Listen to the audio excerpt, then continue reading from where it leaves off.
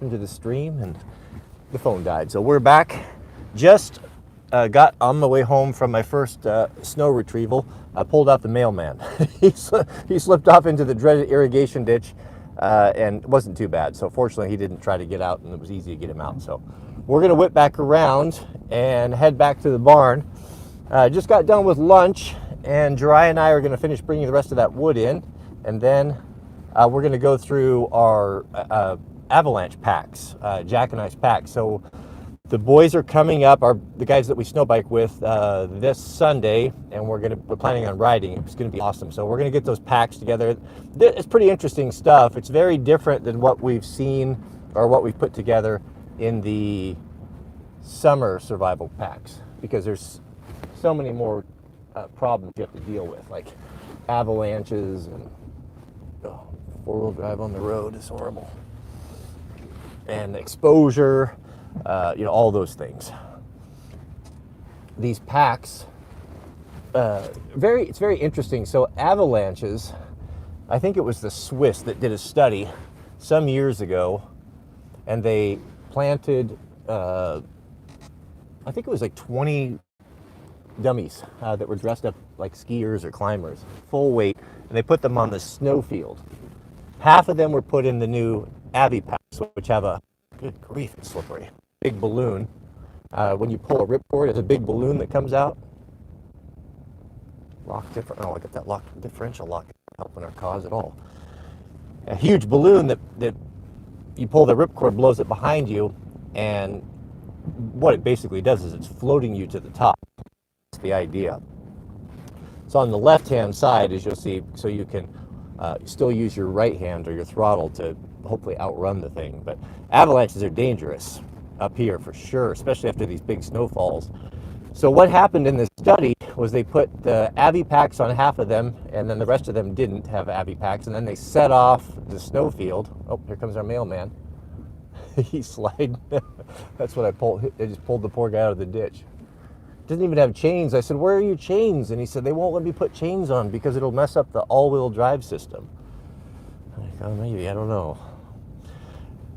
So when they set this off, if memory serves, I believe all of the dummies that were wearing those Avi packs, all of them were up on top, floated them up on top. If you've ever been in one, I've not been in a major one.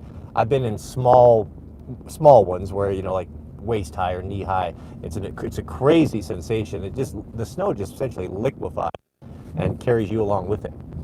So we invested in these Avi packs. We were riding there for a couple times without them. That we were the only ones without them, and there's probably a reason why they have them up here. So I'll deploy one for you. They're pretty cool. The newest technology is very interesting. It runs off of capacitors. Now, I'm not an electrical engineer, but I do remember charging up capacitors in electronics in school and leaving them all over the table. It just wouldn't take long before freshman would come in and pick one up and touch it and get quite a shock.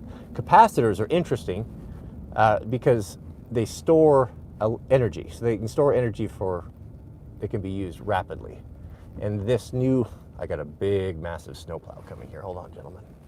I don't mess around with these guys. Where are we at here? Give him. He would destroy you if he hit you. Full of 10 yards of gravel in the back. Come on now. That is treacherous. Logging trucks are the worst, and those guys drive really fast. Good. We have a super chat. My sausage finger, I can't pull it up. We have a super chat from Jose Perez. Shout out to you, Jose. And he writes, what do you think of upstate New York professional homeowner? Well, I think that I know Bob Vila. I grew up watching Bob Vila, and I'm not going to say he was the original homeowner because I made a professional homeowner. I'm the original professional homeowner. But he's certainly, we're definitely standing on his shoulders, right? On the shoulders of giants. And he's from that area, isn't he? I have to say that you are certainly well entrenched in your professional homeownership and have essentially been on the ground floor. So, yes. So shout out to you. A professional homeowner from New York. Thank you for your generosity. Okay, we're pulling into the shop here. Goodness, I don't fall in my own irrigation ditch. Wouldn't that be? Can you imagine the irony? We have a super chat from James. A shout out to you, James. And James writes, "What do you think of firewood with minimal equipment as a side gig? I have a splitter and a small trailer. And my granddad and I used to do it. I guess you have to figure what's your time worth. But a cord, I would say, now if you were smart about it, you have to be smart about it because you have to put the labor in, right? So you want to make sure you maximize your labor. Let me turn the fan off here. So keep your costs down. How much firewood can you cut by yourself? You have a chainsaw. What do you have? Let's see what we're working with here. So I have a splitter and a small trailer. Yeah, a small trailer. The trailer is going to be tough because you're going to get devoured by transportation costs, and fuel is what it is. Because the cost for you to drive a truck with a cord in it versus a quarter cord, a half a cord, is going to be essentially the same, but you're not going to receive enough. So I don't know. Maybe. I mean, if you live in a city and you can get $500 a cord for it by piecing it out or selling it in smaller, maybe even do like face cords or ricks or things where you could sell it smaller amounts for more, you might be able to get away with it. But out here, you know, if you're going to be paying $250 to $300 for dry, good, high quality fir delivered, you know, if you could do 2 of those a day, that's $600 a day. That's cash that you could make. So I think it is. My granddad and I did it. We didn't even have a wood splitter. We split everything by hand, but he wasn't trying to make a, he wasn't trying to make a living of it, a go of it. It was just to make a little extra money. One of the things we did that I enjoyed so much. So he worked at the Ford garage, and he, of course, lived through the Depression and saved everything. Well, my audio, I got my apron on, covering up my high-quality audio. I'm sorry about that. Because you guys are supposed to tell me these things. And he would save everything that was metal, even take it apart. So he would take bearings apart, take the racers apart, like just in the mornings, in the evenings, he'd work just tinkering in his shop, and he would save the ball bearings, give them to me, and I'd shoot them in my slingshots, which he'd also make for me. And then all of the metal, brake rotors, and all that, broken axles, broken parts, he saved all of that. And once a year, we would take the scrap metal in and sell it. He'd have a whole load, or whatever he'd get around to it, which was about once a year or so. He'd save that all year. And he, of course, I didn't do anything, just show up. But I was just a little kid. I probably started going with him when I was Sweet Loaf's age.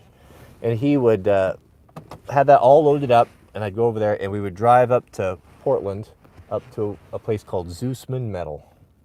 And Zeusman Metal would buy Granddad's scrap. He had all the copper separated. He'd take the motors apart and all the windings, all that.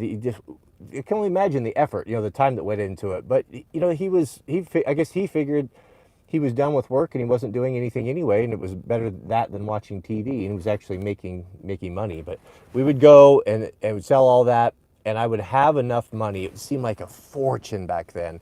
As soon as he would give us our money, we'd probably make about $100 in scrap, and he would split it with me, 50-50. And we would stop by Fred Meyer's, and I would always go in there and buy a Lego, a Lego set, space Lego set or something like that. But man, that was a great time. How I look forward to it. I can just picture it so clearly. The old truck and the electromagnet. It was so exciting when I was a boy. You had to stay in, be in there looking out the window of that 77 Ford, 2-wheel drive, burnt orange with a tan interior, with the worst engine Ford ever produced, that 400 big block. And that giant electromagnet come down there, and Granddad had covered everything real careful with plywood on the side, so that nothing got damaged, and he turned that thing on and sucked that metal out of there. It was quite something. Quite something. It really is true, gentlemen. The things that we remember, the important things, is the time spent. That's the only thing I remember about my granddad. It wasn't lavish gifts or anything like that. It was just the time spent on those simple little things. I think maybe sometimes we think that we don't include our kids because what we're doing is not exciting enough or not important enough. But you know, now looking back on it, you know, it seems like that's the most important thing. All right, let's flip you around. I think Mr. Jariah could probably use a hand here. How we looking? That's a good looking wall of wood. Nobody stacks wood as good as Jariah, including myself. That looks really nice. That's the way wood should be stacked right there. It's a nice back. Beautiful. Yeah, everything, you know, you can do everything well. And when you look at that, it just gives you pleasure rather than some, you know, piles on the floor. Do you have any more splitting, or it looks like you about got it knocked out there? Not too much more. Becomes therapeutic too. Relaxing. It is nice. It's nice to have a simple task. Well, I'll let you guys decide. Do you want to do firewood, or should we jump into the Avi packs? Put an AVI for Avi or F for firewood.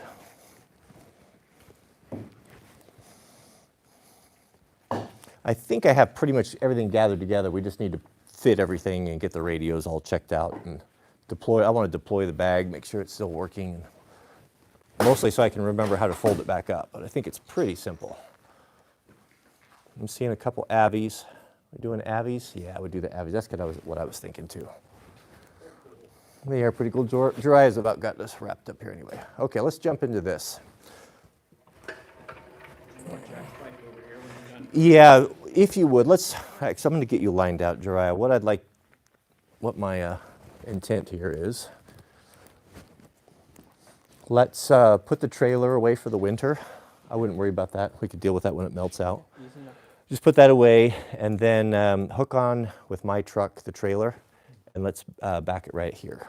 Oh, the snowback trailer. Yep. Okay. We'll put the ramp down. We'll just keep it so the ramp can go down, and we can still shut the door. Mm-hmm. And let's bring his bike in, and then we'll start loading.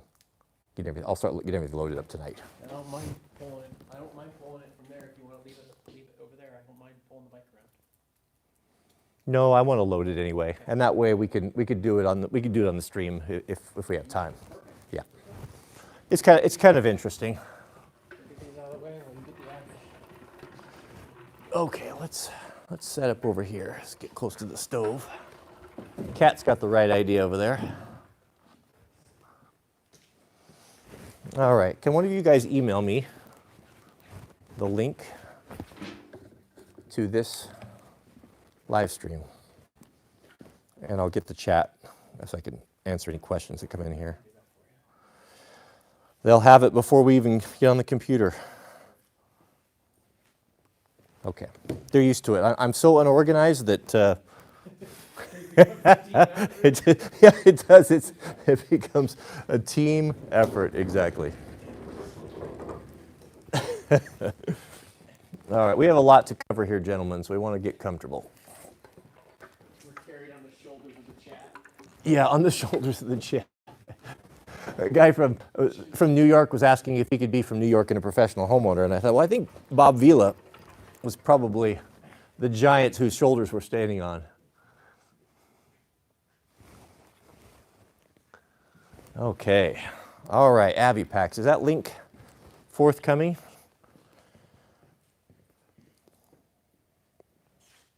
Maybe Jariah will have to send that to me. Let's see. Oh, there it is. Maybe.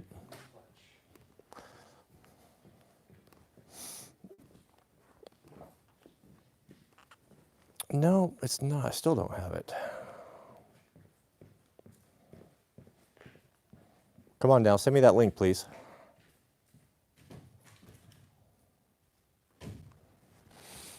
Or the link to the stream. Yeah, maybe you can pull it up, Dre. I'm not getting it.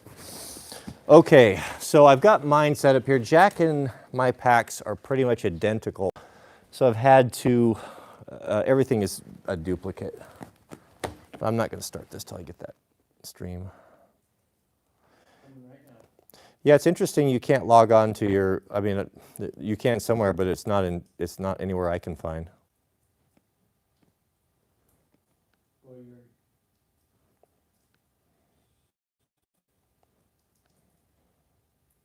see, Yeah, it's not coming through.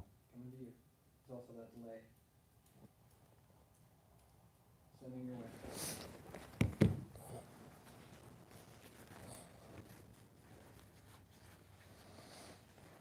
Okay, it's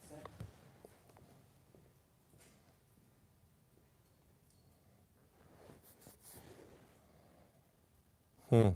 Nothing coming through. Jariah, he did it. There we go. The chat let me down this time. First time ever. Usually it comes right through. I'm still part of the chat. Okay.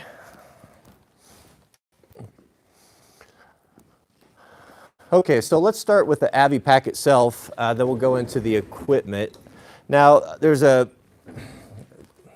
way that I look at this, there's a distinct separation between the two pieces of equipment that you need to haul. First, you have to have, there's a lot you have to have. You have to have tools for the machine itself and everything that you could possibly need to do any repair that would come in. You can leave that open, Jariah.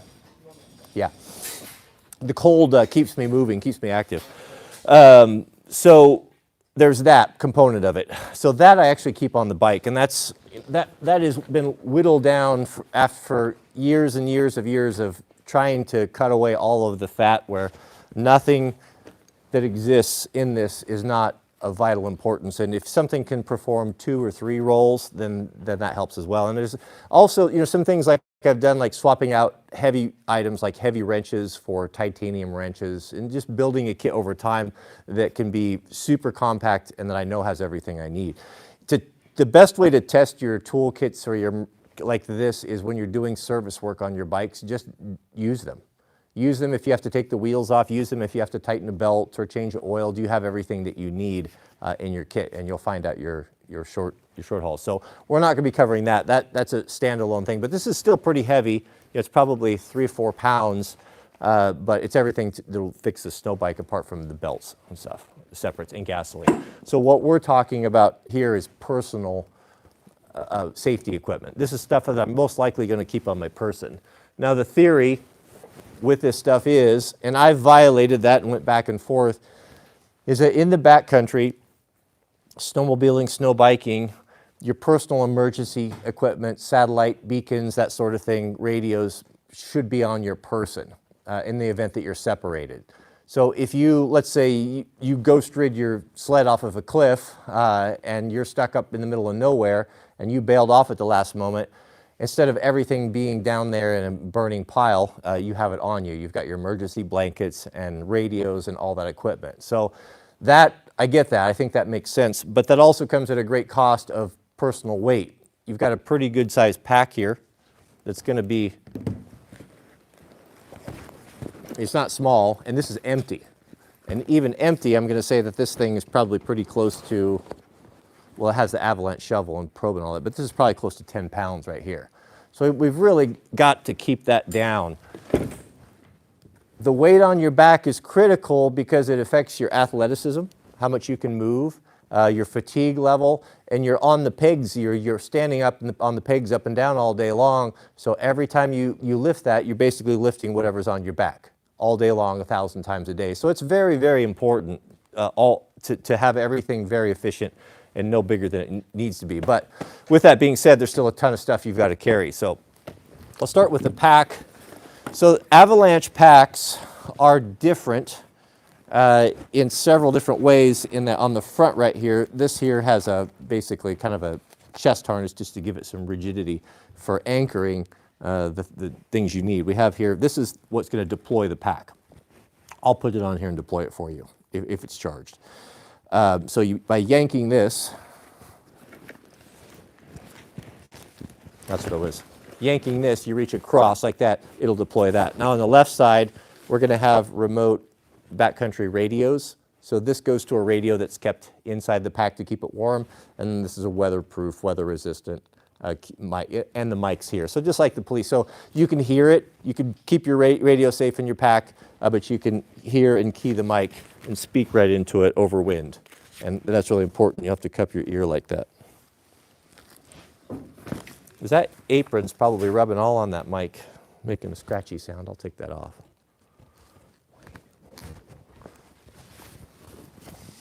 Nothing but the best production around here, gentlemen. Okay, so your Avi packs, you're going to have to, there's four survival items. The first one, and those are all going to be kept in, it's going to have either a red zipper or red pull tabs. And that's going to tell anyone, that's kind of standard for most new packs, it's going to tell anyone that that's where the gear is, that's where the safety equipment is. And so by opening that up, and this is pretty standard, that's going to reveal your equipment. Now you're going to have, some basics for probing and for finding buried hikers, climbers, all that. If you're learning that now, you should probably already know that, but this is a shovel. Now this is something I probably am going to take out of my pack because we use it so much for usually digging snowmobilers out. The snowbikers don't seem to get stuck near as bad, but this is made by Black Diamond, this one. There's a million. This one was about the best one I could find, and it's very, very light, but very, very capable. It's all metal. It's got a good, strong handle, really sharp edge, and it's got holes in it so you can lash it down, like on the back of sleds and different things. But this is obvious for digging. But mostly, I've never had to dig anyone out of an avalanche, but I have used it for digging out a lot of other things. So that's going to be in there. That's kept in there. And a lot of guys have been strapping these on the back of their sleds. So maybe we'll go that route. That way you can just get right at it and you don't have to take your pack off. I don't know. We'll see. I'm still working that stuff out. And then next to that's going to be your probes. And these are just fit together kind of like tent poles. And they have the measurements on there, unfortunately in the metrics. That's why so many poor buried victims are not found. But that's there. And of course the beacon, the transmitter, which we wear on our body. I think I have Jack's right here. If you haven't seen them, they're lots of different manufacturers, but they essentially all do the same. And this is worn on the body, on this harness here. So it's worn close to your, I don't know how Jack's got his adjusted, but it's worn over the shoulder, kind of cross-body configuration, like this. And then it'll have a safety tether, which or whatever. This transceiver does two things. It transmits and it receives. So these are all standardized.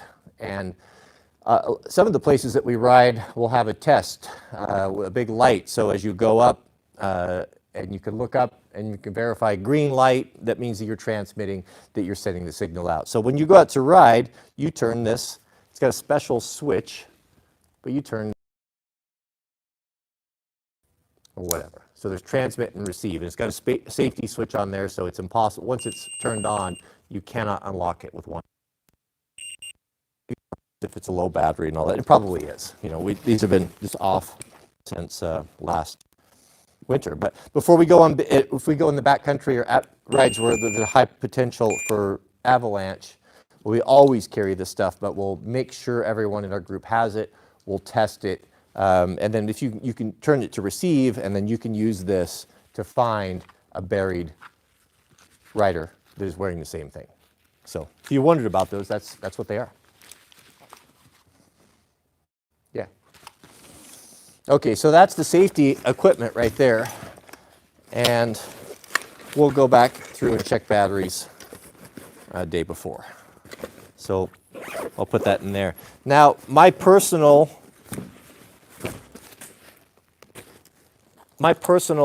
safety equipment fits in this bag right here. And it has to. I won't, if it won't fit in this bag, then it doesn't fit in my waterproof bag. And so it has to be super, super, super well thought out. So let's dig into that. And I'm always open for suggestions, gentlemen. If you see something that I have overlooked or haven't considered, please chime in the comments. Because this stuff is important. I think about it all the time. You know, I sit and look at that mountain, and I follow the temperatures. And this morning it's 0 degrees down there. 0 degrees. -9, -10 at the summit. 6,000 feet, it'll be 4 degrees like that, and that's what it's going to be like if you get up there and get lost and can't get back. So I think about it. I think, what am I going to want to have?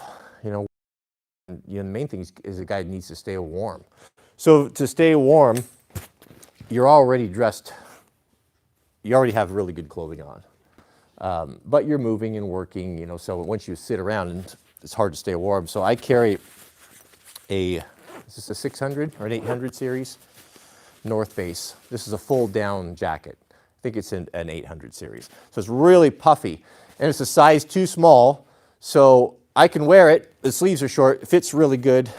Still plenty of lift in it, but it packs down really small. And these jackets, fit inside their own pocket. So it is pretty big and bulky, but it does fit in its own pocket, and it provides a lot of insulating value. It doesn't get wet. Now, if it gets wet, you're completely you're in trouble, because down doesn't have any insulating value when it's wet. Only things like wool and some of the synthetics. But we're not planning on getting wet now, are we? So we start with that. Trauma kit. Also, I can't take the weight of like nicety, of like Band-Aids and that sort of thing. So I just bring a full trauma kit. Jack has got more of a lighter duty one that will have some of those things, but yeah, that's kind of it. So a guard in reach. So this is going to broadcast our location to family and friends every 10 minutes. So when what I'll do is, when I start out, I'll send a text or an email from this to Mrs. W. And this is a really good system, and it'll notify her, give her a link, and she can open that link, and she can see my area where I'm at every 10 minutes. And we can text back and forth or email back and forth with this, with just a short delay. So I could at least communicate to her, hey, this is my position. She would already know that. We're stuck. We're going to dig in. We're going to spend the night in a snow cave. We have everything we need, or whatever's going on. To be able to have that communication back and forth would be very comforting.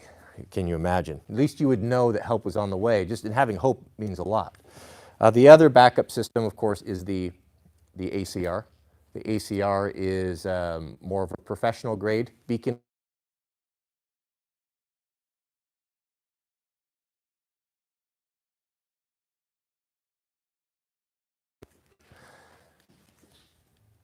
Where you have to register. So you have to register with feds, and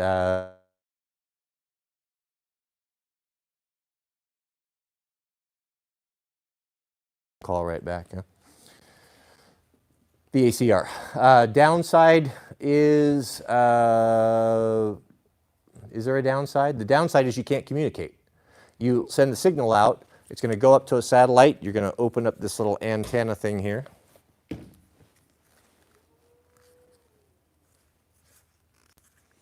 So the antenna, I can't get the thing to, there we go, pushing on the wrong part. The antenna flips up. You sit this on the ground, then you hit the button on there. There's a test, and then there's an actual button to send the signal, and this will flash, and this will notify through satellite your exact location and continue to ping and flash until hopefully someone arrives. But you, on the other end, have no idea if anyone's going. This is anecdotal, so take it for what it's worth. But I have a moto friend that had both, crashed on a solo ride. I think it was in Utah, broke his back on a dirt bike, on a moto. Had both of them, pushed both of them, and got a response through the ACR And last I'd heard, got no response through the Garmin. Now that was in the early days, you know, when it very first started, so I don't know. But that's what I carry. I carry both. Goodness, we have a super chat from McFadden Farms. Do I bring any Loctite? You know Loctite. Loctite's in my toolbox. Yeah, actually I have these little, put my glasses on, I put these little vials, the ones that they give you with parts, like gun parts and stuff, I don't use them, I keep them, and I have a red and blue. Yes, absolutely. Thank you, shout out to you. Thank you for that super chat. Okay, so let's get into the kit and then the radio. I've been using these BC Link 2.0 radios. These are marketed to snowmobilers and stuff. They're pretty crummy. I mean, the range is okay, but they just don't have the battery life. It's astonishing to me that as a company, BCA, that is makes stuff for snowmobiles and snow sports, that they would make a battery that wouldn't last all day. And you hear them all the time. All the riders have them, and you hear them, towards the end of the day, and not even really big long days or giant loops or anything. The silly things start chirping. So I'm not very happy with that. And the other thing is you can't tell this could be improved upon, but this is what we have for now. So what I do is I have an extra battery pack that we could plug that in an emergency. So just go USB in the bottom. That's another downside of this. These should never be USB rechargeable. I think that you should be able to swap them out for AA's. Yeah, seems better to me. Because of something that's so important. And then I carry plenty of these, lithium batteries, AA. Okay, my kit. You guys want me to hold stuff up, or do you want to come in here close? Close, or keep it? Keep it the same or close? Let me know. We have a super chat from Bradley Castaneda. Shout out to you, Bradley, who writes, once had to initiate my Dalmor on Rainier in a whiteout. Said they had talked with the Rangers, but the Rangers had no clue. Haha, self-rescue. Had to initiate, is that right? On Rainier in a whiteout. Oh, I see. Delorme. Did you get saved? Said that they had talked with the Rangers, but the Rangers had no clue. Had to self-rescue. Oh, that's not very comforting, is it? That's what happened, huh? Goodness. Yeah, you want the tight shot? Close, macro. Keep it the same. We can just bring out each item. So what am I trying to accomplish here with this kit? So what I have to deal with, I have personal clothing on me, one-piece suit, extra gloves, hats, really well covered with that. So this is going to be just everything else I can think of to deal with problems. I put my 30-foot piece of tubular webbing in. Now I have a separate, this actually is a tow strap for snow bikes and motos, believe it or not. This is that new Spectra, whatever that stuff is. It's like that synthetic rope line. It's so small and light, but you can tow motorcycles, dirt bikes with this. It's amazing. But as strong as it is, I still feel better about having something a little bit beefier. So 30 feet of this here. This could be used to get out of a hole if you fell into a creek. There's a lot of snow bridges that will go over creeks and such. So there's all sorts of things that could happen. When could a hank of rope, 30 foot of rope, not be handy? I mean, for anything like that. So I keep that. I'll sit you up here. Next is a knife and saw combo. I've crashed into trees. That happens a lot, and where how those like gnarly those alpine trees are. They can be 1,000 years old, and then they're no taller than 6-7 feet because they have to grow in such an austere and difficult environment. So they got branches all over, and the branches get everywhere. You come close or fall into a tree well or something, you get branches stuck there. So almost every ride I've used this. So this is a small silky pocket boy. We keep those in there for cutting out branches and just extricating yourself. And although I carry a multi-tool on my, I was going round and round with this last night. I carry a multi-tool on my toolkit. But the idea, like if you needed a knife, when you need a knife, you need a knife, right? If you needed to perform emergency surgery, tracheotomy, if you needed to cut with cold frozen hands, kindling or getting a fire started, do you want an all metal, unhandy thing to work with, or do you want a purpose-built tool? And for me, the weight is worth it. These little Moras are, what, 10, 12 bucks? They're excellent, capable bushcraft knives. They're exceedingly sharp. They're stainless steel, I believe. Some of them are. This one might not be. I think this one might be. Some of you can get them in stainless steel so they won't corrode. But even if they do corrode a little bit, wipe them down with some ballistol. It's a $9, $10 knife. But how nice would that be to have a handle, a purpose-built knife if you needed it? And there's not much penalty there. So I keep these together. This is the lightest, most capable knife that I can come up with. And let's go help Jariah. He's trying to back up here. There's nothing worse than trying to back up on your own, but with a trailer.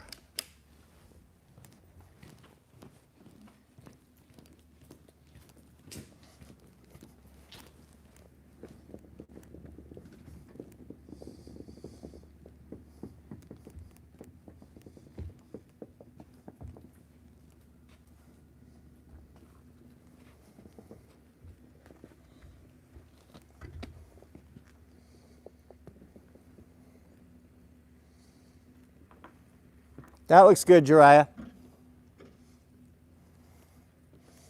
do you think, boss? I think that looks great, bud.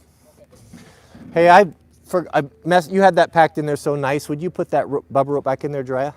I got it all dug out. You want to dry her out first, though? Yeah, we should probably hang it by the stove. Good call. He's gonna get Jack Spike unloaded. Mine is 100% ready. I'm trying a new bag this year. So right here, C3 came out with this fender bag that's really nice. It actually has an aluminum spine that bolts to the triple clamp, so it supports it. And I don't put anything crazy heavy in there, but those big bulky items like extra warm gloves and a belt, I put in there. So we'll be trying that out. This bag is pretty much reserved for personal items, extra pair of gloves, extra pair of hat, some sunglasses when you stop, that sort of thing. Yeah, nothing really new. I don't think I changed anything. Just went through and tightened and adjusted and greased and got ready. Probably going to be changing the exhaust. We're going to get a new ECU. This is burning a lot of gas, and it's running cool.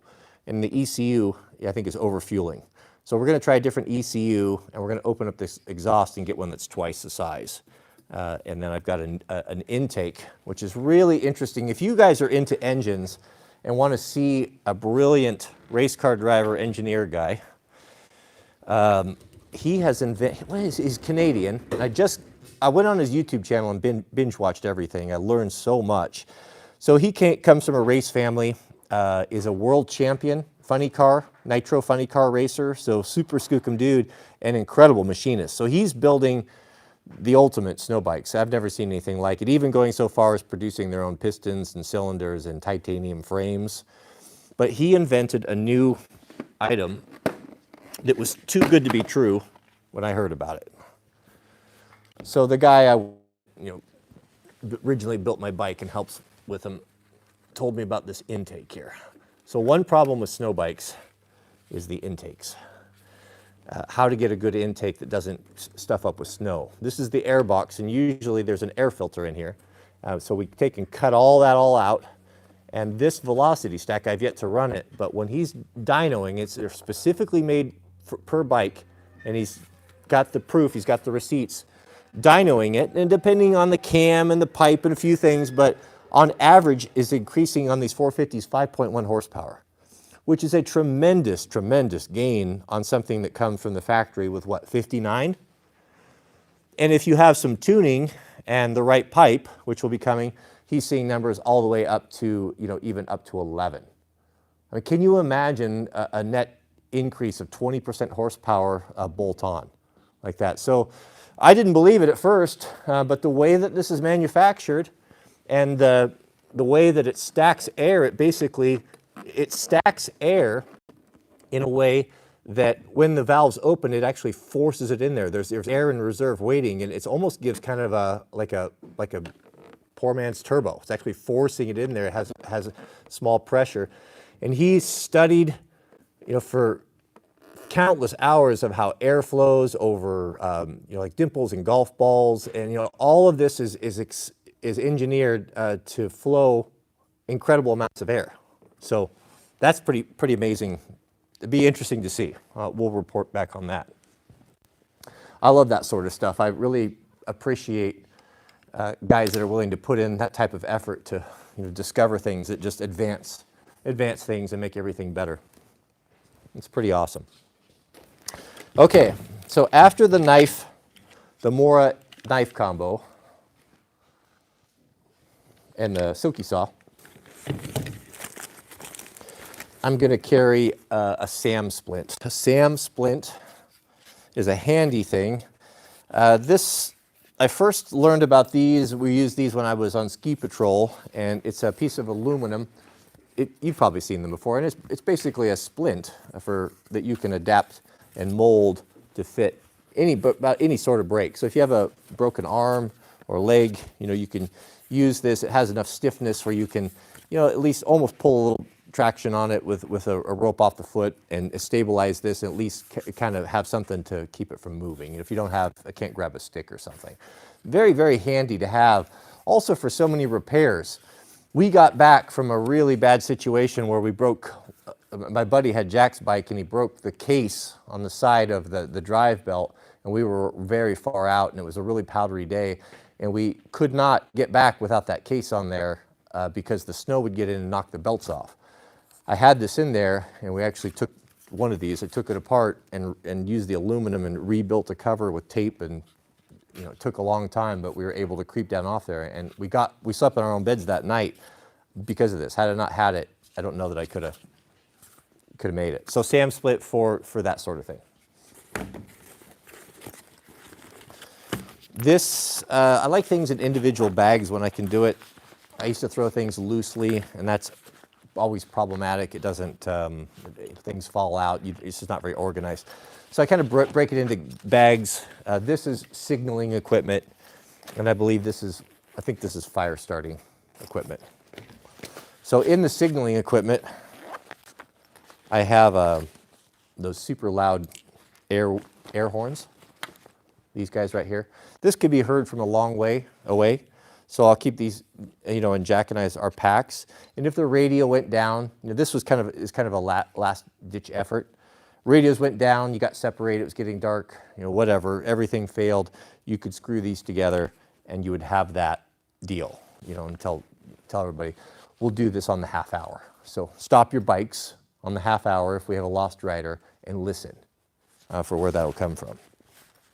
So these are inexpensive boat horns, I think is what they are. Isn't that about right? Extra deal. Signaling mirror, I've never used, but always carry one around. And this is kind of a new addition that has been in and out of my survival packs, but will always be in because it saved me 2 years ago. A Ride in the Rain tablet with a pencil or a pen, some sort of a writing instrument. Granddad always carried this, and he never really said why, but it was last year. We were on a big loop moto, the big boy ride, and I was in the lead and wasn't familiar with the area and blew past a turn and continued on and went for a long ways. You get in your zone and you kind of just lose yourself in that sometimes. Before I knew it, I was a long ways away and didn't know really where I was at. So I came back and then I got confused. Well, the guy I rode with at that intersection, they had to get back too. It was getting dark. They couldn't stay out there all night looking for me. Had a note and paper, and he wrote it and stuck it to a tree. It was very light. When I came through there, and I almost missed it, but I saw something and went back and saw it, and it was him telling me what was going on and gave me directions. That is the way, which I had kind of figured out, but it was very comforting just to have that assurance. And man, I was grateful for that. So I made it down and made it out and slept in my own bed. So after that, I'm all about carrying these, something to write with, to leave a note for people. Because you think about it, you take it for granted. Oh, I had to send a text, or I could send an email from my, if you don't have that, and you don't have something as simple as a pencil or a pen, how do you communicate? How would you, apart from scratching something in the snow, which may or may not work, what if it's snowing? What if it's melting? Are you going to scratch something in the dirt? It's pretty important, when you think about it. It's not a very fun, sexy thing like a knife or a survival saw is, but I think it's pretty important. So carry that. I carry that in there. I'm going to get in the habit of, when I share these things, I'm going to put them back. Because what happens is a giant pile of equipment that takes an hour to restow. So that's pretty small. That fits in a pretty compact area there. That's the kind of the signaling things. I lost it last year. I'm so bummed. I had a flare kit that you could only buy them in Canada, and it took forever. It took like 6 months for the thing to arrive. Finally, it arrived, and it was a small pen cap. It was so awesome. It just small as a pen. It had 5 or 6 flares in it, so you could set them off, and it was compact. And it fell out of my bag. I lost it, and I ordered another one from the same site, paid for it, and they just told me they're no longer available, and they refunded my money. So I'm pretty disappointed about that. The only other option that I could find is like the Olin's, the 12 gauge ones. You can still get those kind of for marine, but they're huge. They're twice or 4 times the size of the little pen kit that I had that was so perfect. Headlamp, very, very important. What do we have for light sources? So I'm going to have the light on the bike. Obviously, I have a rigid light on the front that's tied into the battery system. It's super bright. I'm going to have helmet or a headlamp, and a good one. I like these Black Diamond. I use these in wildland firefighting, these Black Diamond. What make is this one? The one with the 4 batteries, I forget. It's their heavy-dutyest, most skookum one.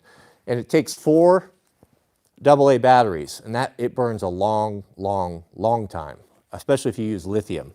So this is a headlamp that you can count on that's going to be able to last all night long, with lots and lots of light. So that in itself is really wonderful.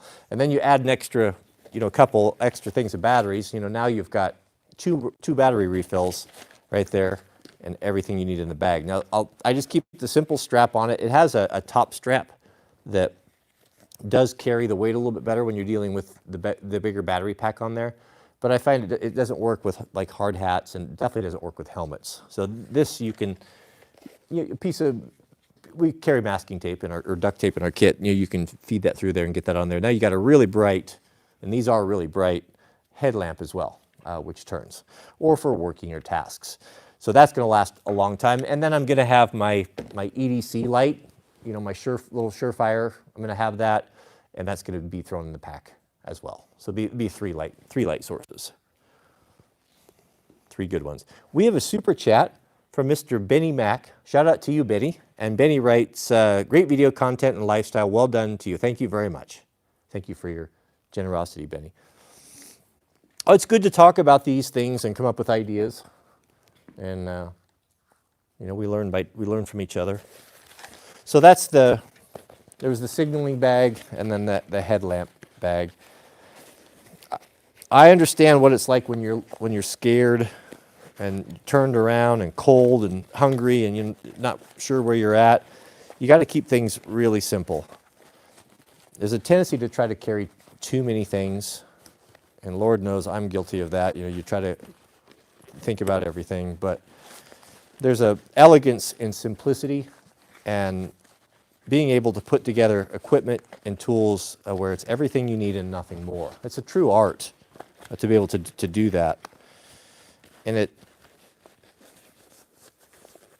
I don't know if you've ever perfected it, but what I've learned is fewer things, but just have the things that you need. Really think about it. Don't think about internet nonsense. Like if I'm there and I have to spend the night in a tree well, what do I want? What am I going to need to make me? What if there's 20 feet of snow up there? What if you can't start a fire? Who knows? So I don't know. If it happens to me, I'll tell you. We have, and then the fire starting bag or the fire starting module. And I'll have in here British lifeboat matches, which are the best I've ever come across. Do you see how long the sulfur is? They're big, robust, and they burn hot in a long time. Carry the striker inside because you can't strike matches on a rock or Eugene's like we used to be able to. And make sure the striker, goodness, unlike I did, it's a good habit to have the strikers, the scratchy part, put them together if you have two pieces. That way there's no way for it to ignite accidentally. Because if these all went off at one time, you might have a little bomb in your pack. There is flint, a ferro rod on the bottom, but these are useless. Don't count on using that. You might be able to get a little spark, but it's not happening. You want a big ferro rod. Big ferro rod is you can make sparks with it off your knife. You can cut in off of you could get clothing, lint off your clothing, whatever. You can get, there's always, in the forest, there's always something that you can burn. There's dry moss on the sides of the trees. There's sap running. With this, no matter if it gets wet, you're always going to have sparks. You'll be able to do it. It's not going to be my go-to. It's not how I'm going to start my fire, but it's in there. Always as a backup, that's the standard. And I'm going to carry, I've got 2 brand new Bic lighters in here. And there's also, I think, 1 or 2 in the kit, my fire kit or my pack. Bic lighters are not reliable when they get wet. You can dry them out, but if you need a fire now, that can be an eternity. So you want something, those matches, you want to go with those.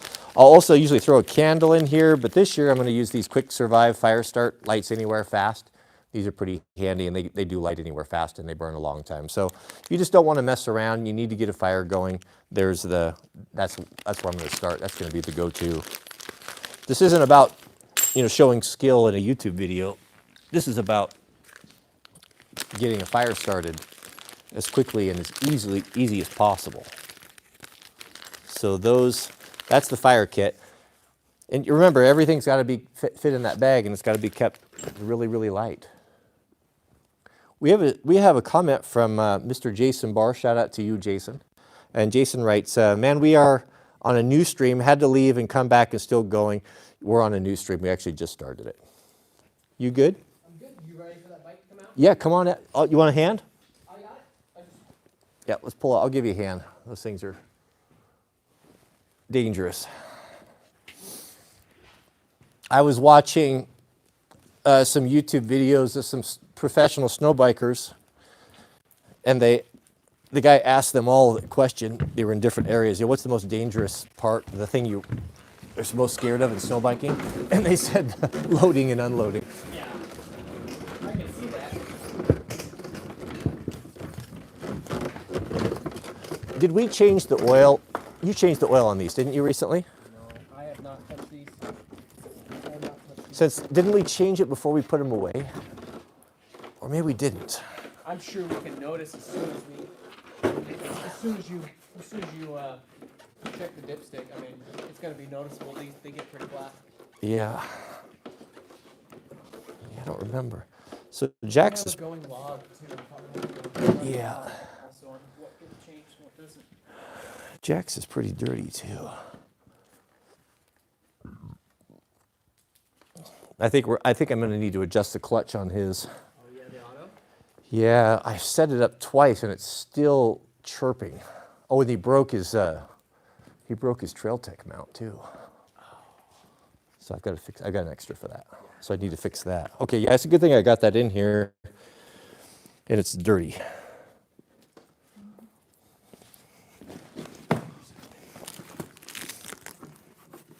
Yeah, we're gonna have to. I'll have to probably spend this evening working on that. Yeah, why don't you pull that cover off there, Jiraiya? Go ahead and take it off. Okay, Yeah, and let's look and see on that oil.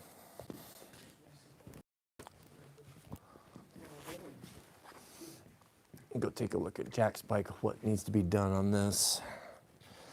So Jack's got a CRF 450R. The race bikes make the best snow bikes because they've got the most power. And the 450s are better than the 500 because they rev quicker. So that's what happened. So this was his mount. This is the mount for the the Trail Tech for the tracker, and that broke off here. And we just zip tied that up. So I've got a replacement for that. I might have to get a little bit better mount system. And then I've got to adjust the clutches and probably adjust the track.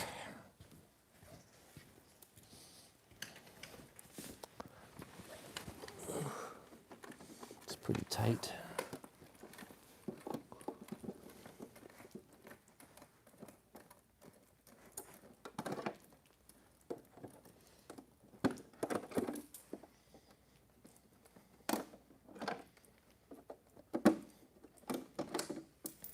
I've got keepers. I finally found those keepers for that thing. That'll make a world of difference. So check the drive belt on here.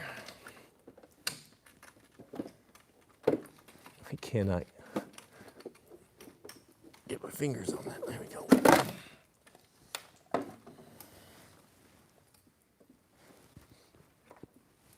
Yeah, that looks pretty good. And clean it up. The track's a little loose too.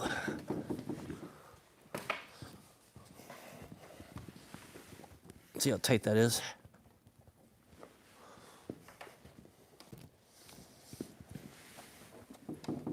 Yeah, that's really loose. Okay.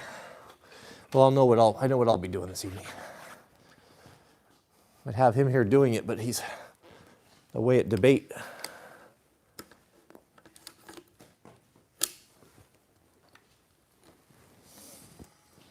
I think that's pretty much, does that round out our kit here?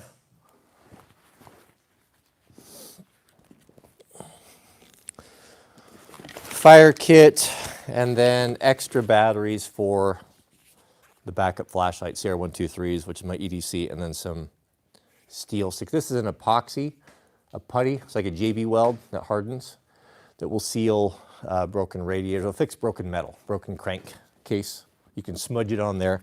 That's a pretty good thing to have for light repairs, or even heavy repairs. I don't know that I've ever used it. I've seen it used. I've seen guys use it. But it's the only thing sometimes. If you have to fix a broken case on the side of a bike, you might cracked. If it wasn't too bad, you might be able to do it. These guys. Towels, cleanup towels. I don't like to overstuff. Just get the things you need, get a bag where things fit comfortably. I don't mind having to stack it in a certain way, but so that, you know, you don't pull one thing out and 10 things fall out.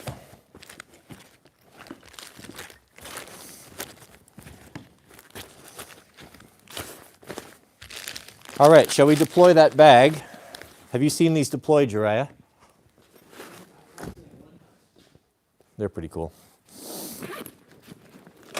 I'll show you the compressor inside. It's pretty fascinating. So you have, most of this bag is taken up with, this is an Avalanche bag. It's taken up with the apparatus. Very little of it's actually you get to use yourself.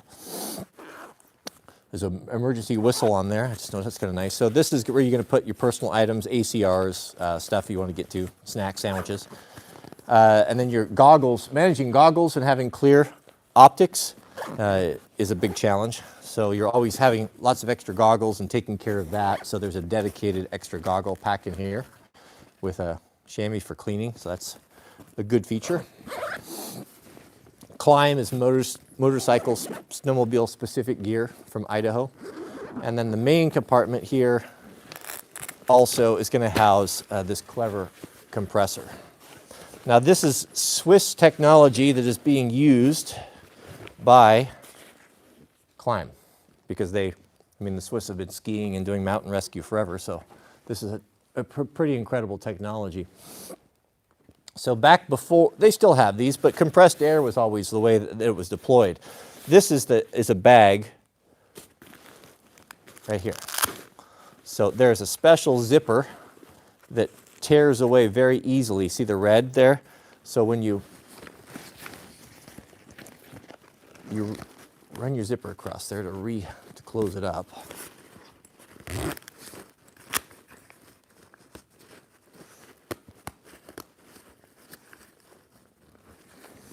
And this has to open, this has to tear open when that bag deploys. So there's only one side to the zipper. It looks like it. I think you have to close it all the way.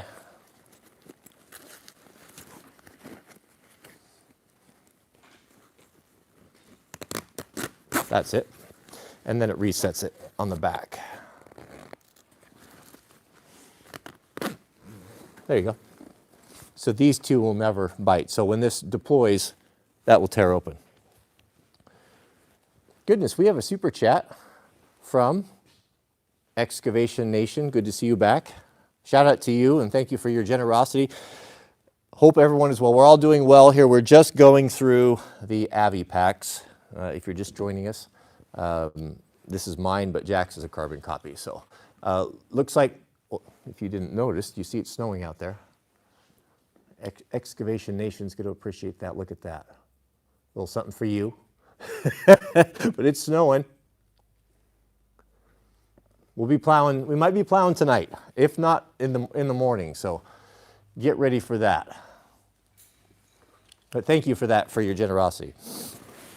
So connected to the bag is this. Now this is a high volume compressor that has a battery inside that's activated by capacitors. Now the batteries don't actually run this, the capacitors do, so it happens very quickly. This is the internal there's an internal charger that you use with a USB, but this is an emergency backup. So if you have to deploy it, the problem with the versions with the air is that they once the air is out, your trip's over. You can't put the bag back. You have to go someplace that can fill scuba tanks. These, you can deploy them indefinitely. Off and on, just keep doing it all you want. If you run out of, the internal battery runs out, you can just pop in a set of double A's, and this right now is going to be charging those capacitors. Just takes a little bit, so you can see the red light on. Once you activate it, there's a mesh on the side where you can see, we have a red light blinking. That red light means that there's a fault in the system. Something is wrong.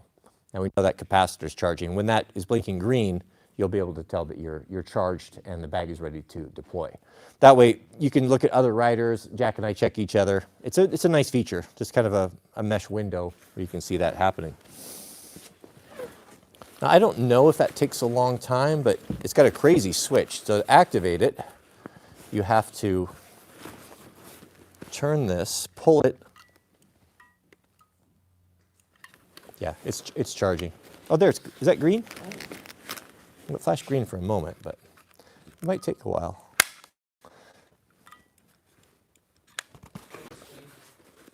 The oil's clean. I thought we changed it maybe right before, so it'll be good.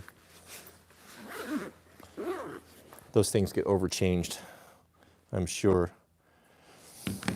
Yeah, so I can't deploy it because it's charging up. Yeah, that could take some time. Is there a battery pump? No, there is. I just put fresh batteries in, but it's a capacitor. So the batteries are there to charge the capacitor.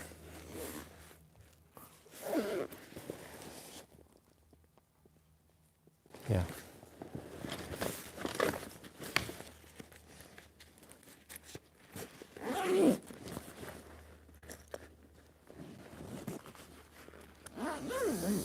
Okay, so how are we going to carry all this equipment? So that is the thing, along with fuel. So what I've devised, and it's not the best, but I haven't seen better yet. So I haven't changed. I mean, maybe a little bit better, but not better enough to change my system. Weight is very important. The more weight is horsepower. You just eat up horsepower. So I already have to carry a bunch of gas. One problem I've been having with that running too rich is burning so much fuel.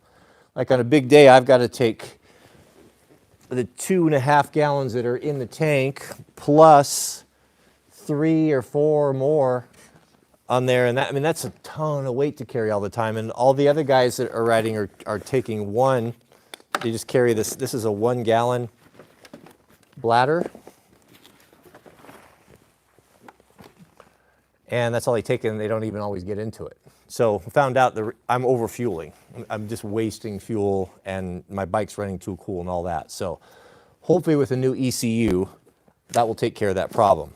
So I have in the past kept, since Jack is a lighter rider than I am, I put the big tank. I have a big 5-gallon tank that's made by Yeti, who makes these conversions that locks in here, and it keeps all of that weight. You know, at 6 pounds per gallon, 6 times 5, it's 30 pounds of weight. It keeps it right in the center of the bike, which is a lot better than clear on the back.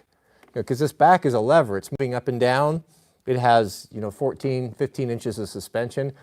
Stopping, moving that gas can on the back is very, I mean, it really affects everything, and it's not very enjoyable to ride. So you try to keep that weight close in, or not have it at all by using it up as soon as possible. So hopefully that solution will be solved. So this is the tool kit, and this is just a little Moscow Moto container that I have for a SIG bottle, which is just a 32-ounce bottle, one of those firefighting bottles. And it works perfect. I thought, well, I've got a little spot here in this aluminum that fits in there very nice. I don't have anything in there. It keeps that 4 or 5 pounds right down low and in the center of mass where I like it, and then it frees up some space. So then the extra gas will go here with I've got a snowboard, kind of a strap with a rope on it, so it secures everything, and nothing's coming off, and that takes care of tools and gasoline. And then the only thing left for me is the survival equipment, and then any extra clothing. So extra clothing, you're going to take extra hat, a couple extra pair of gloves, maybe that warm, like a 600, 800 series North Face, etc. So this is a waterproof bag and quite small. This is Moscow Moto, they're a local company, and this is just a little extra bag for my moto for the long trips that we use. So I adapted it by just taking the rear rack apart. This rear rack is super lightweight, super strong. I took it apart so that I could slide this on here and kind of adapt it. And then these are just 2 keychain pieces of webbing that I got from the power sports company that, the little things that worked with the D-ring on it that worked perfect for lashing the front. So how I lost my pen flares last year and all of my tools and everything in my kit was that this buckle, I was relying on this little buckle to go around the bottom and to hold everything. And I noticed I was having trouble with it when it started getting icy and snowy, that it wasn't latching properly, and sure enough, it didn't latch. And on the way home, I evacuated the entire contents of my bag. Went back, it was deep snow. Went back, found a few things that were light, like hats that stayed on top, but all of the good stuff, the heavy stuff, the knives and the pen flare kits and all that stuff, long gone. I had this idea that I was going to go up in the spring and retrieve it, but someone got there before me. So we started over. But this is what we have to work with. So this is a dry bag, waterproof bag, and how they achieve that is not with waterproof zippers, but just like a rafting bag. You just roll it up. That's the only way. It's really the only way. And how a dry bag works is usually 3, you put it together, the seams together, and usually 3, 1, 2, 3 minimum. When you're a rafting guide, you'll learn this. You get very familiar with this. And then these hook back to themselves. I mean, it's just as simple as that. That's how a dry bag works. Now in the dry bag, we'll fill it right now. So what we're going to put, I'm going to break the rule of keeping all that equipment on me, because I just don't like it. It's just too heavy for me. I like to be able to move on the machine. So I'll have to make some hard decisions. So for the The communications, all that, of course, is going to be on me. And the medical stuff is going to be on me, and the Avalanche stuff is going to be on me, and this I'm going to keep on the bike and off my back. It's not particularly heavy, but it's very bulky.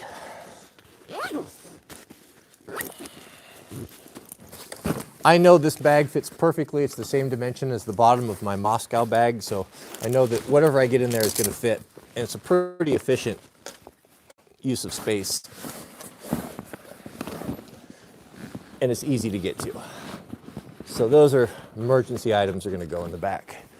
Next, I'm going to take down jacket, the 800 series, North Face. That's going to go in there.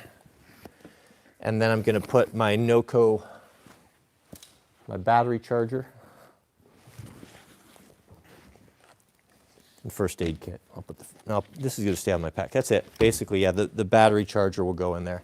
And that will be, and then any snacks, there'll be plenty of room. So my equipment right here, even with the battery charger, will fit on top of that. I'm taking up this much space. So that gives me about a third of the bag left for personal items. And also food, snacks, and water. 2 liters of water. We have a new bag out that, as I said, I'm trying. I'll show you that. It's kind of interesting. So space is always at a premium.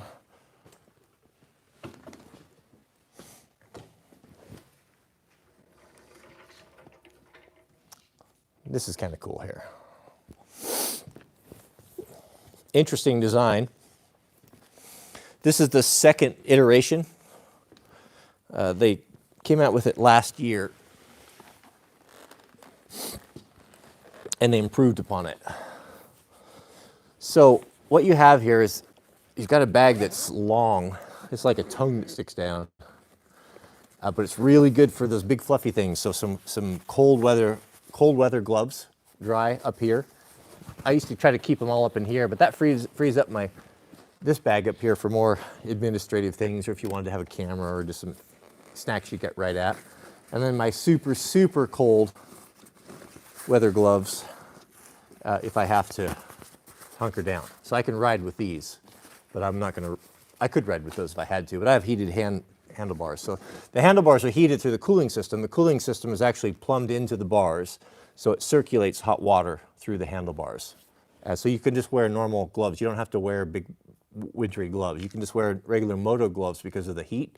It's so warm, and it gives you a lot better dexterity. An extra carbon belt, drive belt.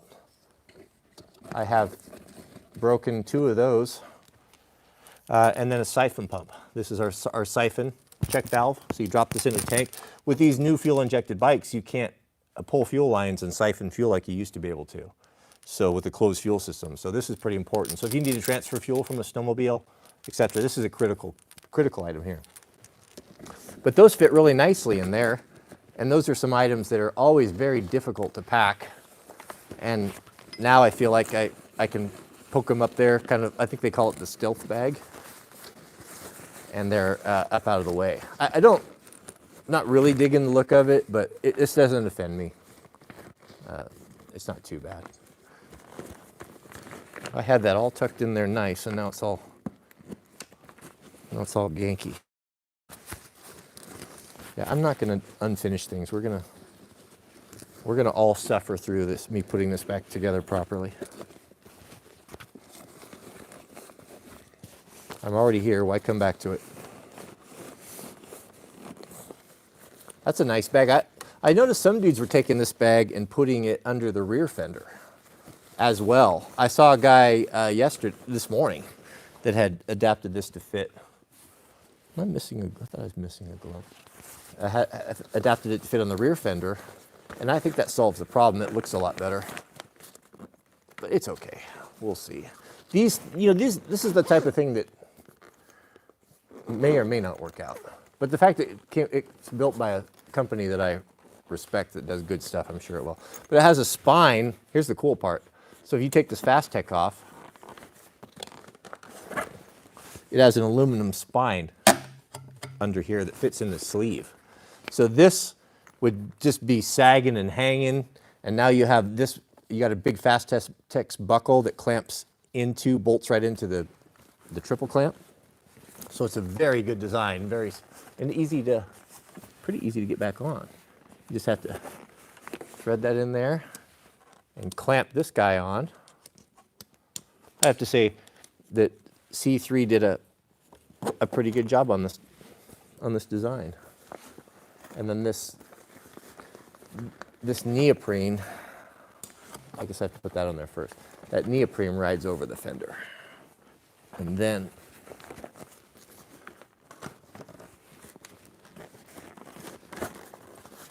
that's what it is. Yeah. That's handy. That's 4 big items that are sorted. They're like that. Broke my ski. Last year it was all wallered out. Not broke it, but it was pretty beat up. Enough to the guy that helps, builds my snow bikes said that will be a good spare. So we're running a new ski this year from a different company, not Yeti, that's supposed to have a better feel. It's got a couple different advantages, so we'll see. This is a CMX ski that we just put on, and then the Yeti, this is the 2022 front spindle. So this one is completely redesigned, the geometry, and it has brought the ski back several inches. So it'll be interesting to see what becomes of that. The biggest thing, though, and the next evolution, this is kind of a fun sport because it's evolving so quickly and changing so rapidly, is the next track. I think I'm going to sell this track here. When I say sell the track, it would be everything, behind the bike right there. I'll sell that, and I'm having a new one built that's going to be one of 10. It's a custom that's only being done here by my local guy, and what he's doing, I don't know if I can tell him or not, but what they make for these, they have 4 different models. They have a 120, the length. They have a 129, which is this one, a good all-arounder. And then they have a 137. 137 is real good for bigger guys, or if you just want to just go explore, just not have any issues and never get stuck, and just have a big, fun, easy-to-ride machine. Where the 129 is a little bit more playful. And then the 120s are super playful, but don't climb as well and just don't have enough track, in my opinion. So what we're doing is they make a 4th model, but it's for racing only. And so what they've done is they've shaved off, I think it's like 2 inches off of the track. So the track is exceedingly narrow, a lot narrower than this, but it's a 120, so it's no good for anything other than race. It's what the East Coast guys use. They don't have any mountains over there, so snow bike racing is taking off over there because they can race on a closed loop. So they've developed these things for the East Coast guy. They're these narrow, short ones. But these are good in that they're super turny and they behave more like a wheel, and they're very athletic and very fun to ride, but they're useless in the mountains. So what we're going to do, check it out. We're going to take that 120 tunnel, which is just like this one, but shorter. So it's lighter weight, and it's a lot narrower. It's really narrow. They don't even make the handles for them. There's just a little flap on there because they're made for racing, and you need to have that handle. So there's a lot of modifying that needs to be done. So we'll do that tunnel. We'll have that skinny tunnel. Then we're going to order 137 rails. And this has already been done. There's already 9 of them being used. 137 rails and put a long track on it. Skinny though, but they don't make the track. So where do you get a skinny 137 track? Well, we're going to put this on the table saw, and we're going to very carefully cut that off. So we'll have a skinny track. Then we'll add 20 horsepower. We'll get our track speed up to a crazy amount, and we're going to have a machine that might dominate everything on the mountain, and that will be fun to ride. That will be like a motorcycle in that it will turn and be easy to lay over, but with a long track, but skinny, so it doesn't take a lot of power to turn it. I haven't ridden one. I've just looked at 2 of them, and I could tell that it'll be completely transform everything. Once you see it, and just the way that it sits and the way that it looks and how much track is on the snow and how much sleeker and smaller the footprint is, you can see that it would be a absolutely beautiful machine. Because you're going to have, you're losing all this. So all this that sticks out, all that's gone. Now you have a skinny version of this. And where the power is eaten up is right there. As that track is coming around there, have you ever tried to like lead brake tracks in the snow? The first person has to do all the work. Breaking down snow, like you see, so that's where that power goes, is that mashing that down.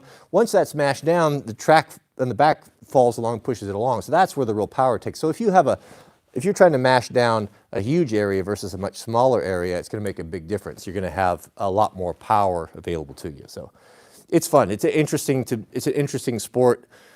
I'm really invested in it because it's in the backyard, and it's hard to get into. It's an expensive sport to get into, but it's not impossible. If you're already moto or you already ride dirt bikes and you have a 450, you can add the kit onto it. You can put this on your bike and then go back for summer. You could go back and forth if you don't mind, swapping the kits out.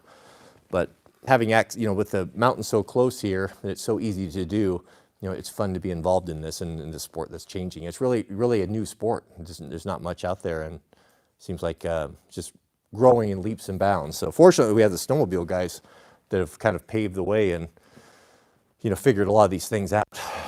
All right, you guys want to go take a look inside the trailer, see what we're going to need to do there. I pretty well got it all emptied out. Got most of the stuff going left over from the race. But what we're going to have to accomplish here, we can put 3 bikes in here, but we only carry 2. So Jack's bike and my bike will go there. And then this is a 14-foot trailer, insulated. It has a furnace. So the cool part is we'll turn this on here. This is like a 50,000 or 60,000 BTU furnace. And then that is all ducted into the walls and the floor. So this runs off of propane. So this is the helmet box. And the hot air comes out here, and then it's vented. So this is important. When you come in at the end of the day, if you go out of town or you're going to ride multiple days in a row, everything that you have is completely soaking wet. And you have to take it to the hotel room or find a laundromat or someplace. But here you can just put everything in there, and it'll be dry the next day. So your helmets are drying. And then the boots, we'll go over to the winter boots, but the boots are ducted. So all of the heat is ducted into these holes where you hang your gloves and your goggles. And it keeps all that stuff dry. The furnace is on this is a rheostat, so you can turn it on, and it'll run for, I think, 6 hours? 6 hours, I think. That way you don't burn up all your propane. So when you go in at night, you just turn that. It's a long enough cycle where you can dry out your clothing. The floor, you can see, is raised. And if you look at all those holes there, that's all ducting for the furnace as well. So your machines, when you pull them in here, they're all covered in ice and snow. They all melt out as well. And you can plug in the batteries. And when you get in, everything is dry and warm and no ice on stuff. And it makes the trip a lot more enjoyable. There's another, I did a video on this, but I can't tell you what a nice product this is. This little table is made by the Jegs company, Jegs, and it is just a simple little lightweight aluminum table that folds down on the wall, and it's plenty strong. It has a good support. So I wouldn't say you could jump on it or sit on it, but you could put a small engine on there. You could work on it. But they have when you buy it, they come with these little plugs here, these little wall mounts, and they give you an extra set. So I had that in the snow trailer, which we don't use so much in the summertime, and I love that little table. It's so handy. I put the extra set right there on the wall. And now we'll take that off there after we load up, and we'll bring it in here. And this is the door. This door here opens up, so if you have snowmobiles, you can pull through, because they don't have reverse, all of them. But I put those pucks on there, and that gives us a workbench, a little table to work on for, just when we're getting ready and such. I'll usually have my gear and equipment right here. I'll sit here, and then each one of us has our own bags, for personal items and such. And then Jack will set his bench up right there, and then we'll get ready. So we'll take the bikes out. They'll be out there warming, running, and then we'll in here get dressed and warmed up in here. And one of the best things I did was, this is a mod that I came up with. I hate to be closed up in this trailer when there's all sorts of stuff going on, and you're trying to watch and see if your group's getting ready, and you want to see the snow conditions and what's going on with all of that.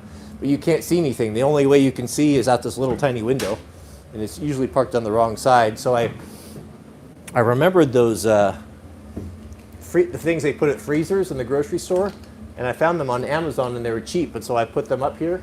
They're just, you know what they are, those little vinyl things, individuals. And that's the best thing, because now we keep the heat in here. We can see outside perfectly. It's not the best when it's super windy. Just close the door. But it's a really great addition to the trailer. If you have this problem or want to keep something warm, it's been a really good solution. Really good solution. Then we mounted our EcoFlow down there. Extra. I have 2 AGM batteries down there with the tire that runs the inverter and the main trailer, but it's never enough. You could just never have enough power. So that extra Delta Pro, I'll plug in, and that gets us through anything that we needed to get through. So that's the basic trailer. I added LED lights. I just put a light strip on here, which these are kind of nice. They look nice. Yeah, it's a real. The first time, I'm surprised that I ended up getting a trailer. I'd always see trailers up there, and I thought, I just don't know if I want to deal with that. But what happened when Jack and I, our first trip to Idaho, it was about a 10-hour drive or so, and we were going to meet with the group that we ride with, and we had just took my old flatbed trailer and threw the snow bikes on the back and drove, all that way across there. Well, when we got there, because we were in the city renting an Airbnb, we had to unload everything because it wasn't safe to leave them outside. So we had to, after driving all night, we had to get the ramps and everything, unload everything, drag them across a quarter mile of asphalt, put them in a garage. I mean, it was horrible. And then in the morning, we got to repeat that again at 5 a.m., when it's freezing. It was just like 10 below. So after that trip, I realized the wisdom of a trailer. So the next time we went to Idaho, it was a very different experience. We drove, we got out, we got into our Airbnb, and everything was cozy and secure inside. When we got to the place we were riding, our bikes actually wouldn't start. They were so frozen, and the batteries were all dead, and caused us to delay the group. And it was so cold that the front wheels, those little tiny wheels on that front ski that we use for transporting, I tried to get them off, but the axle was frozen, and I kicked it and broke the axle, and that cost me $100, or $120 for that stupid thing. So that's why the trailer is definitely necessary.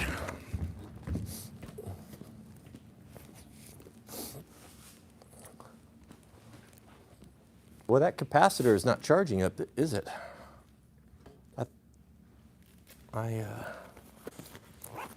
That should have, well, we'll have to do that on the next one. Usually that should have been green by now. I'll go put the charger on those and get them done properly.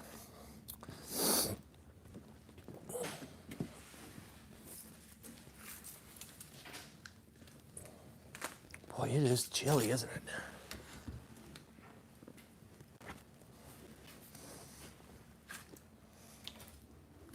Are you enjoying that, Mama? Are you?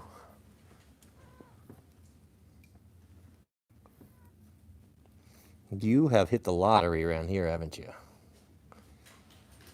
I guess it could be better. You could be inside the house. But then you'd have to contend with that dog.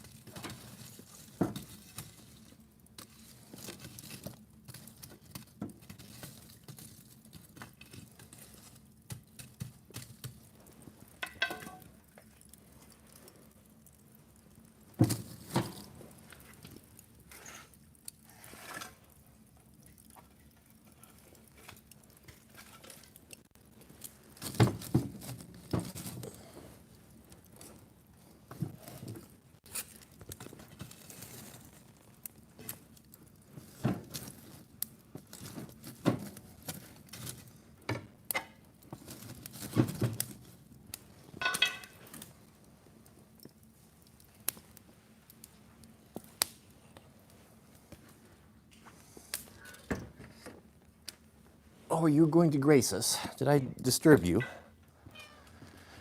Did I disturb you? Huh?